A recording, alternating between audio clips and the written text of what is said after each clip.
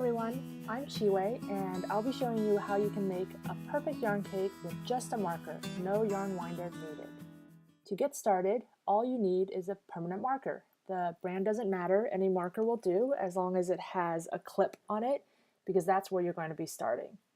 So take the end of your yarn and secure it in the marker clip. And then really, you just start winding. At first, you're just going to want to wind the yarn perpendicular onto the marker. So you'll be winding straight up and down while the marker is held horizontally. And then after a while, you want to hold the marker at an angle while still winding the yarn straight up and down. And that creates an angled wind onto the marker. Once you've wound a few times like that, you can then twist the marker towards you and then continue winding. So you'll want to twist a quarter turn and then wind, and then twist and then wind. And then as you get the hang of it, you'll be able to just twist and wind without really thinking about it anymore. So you can see I just keep twisting and winding, twisting and winding. And then as I speed it up, I just becomes much more smooth. Sometimes you lose the yarn along the top and you can just rewind and keep going. So just keep twisting and winding, twisting and winding. I'd like to talk a little bit about why I choose to use a permanent marker for this little trick. I've used pens before, but I find that they're too thin to twist easily in my hands.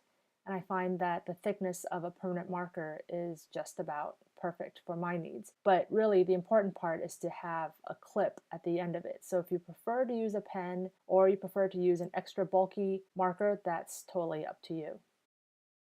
So you can also experiment with holding the marker more upright so that the yarn is wound much closer to the marker itself, or you can hold the marker at a shallower angle too, and you can see that it creates a much more pronounced crisscross effect.